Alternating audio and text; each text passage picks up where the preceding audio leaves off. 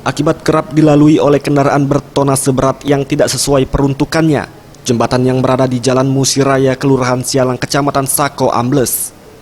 Terkait hal tersebut, Wakil Wali Kota Palembang Fitriyanti Agustinda yang meninjau langsung kondisi jembatan mengatakan, jika hal tersebut dapat membahayakan para pengendara yang melintas.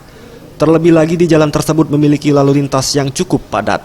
Oleh sebab itu dirinya langsung meminta pihak PUPR untuk melakukan perbaikan dan menginstruksikan kepada camat serta pihak Dishub Palembang untuk sementara waktu menutup ruas jalan dan mengalihkannya ke jalan lain. Sebenarnya tidak bisa lagi kita gunakan ya, karena kita takutnya nanti ada korban jiwa. Jadi insya Allah dalam waktu dekat kita akan segera memperbaiki kondisi jembatan ini supaya bisa pulih seperti sedia kala. Dan untuk sementara mungkin jembatan ini tidak bisa kita gunakan dulu.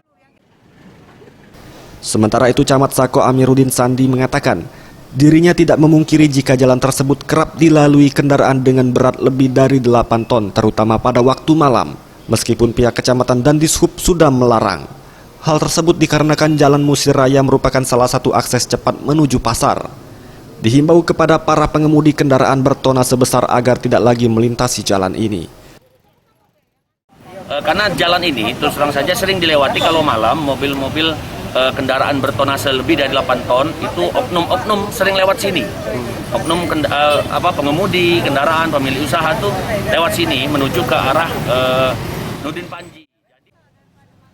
Tim Liputan Sriwijaya TV.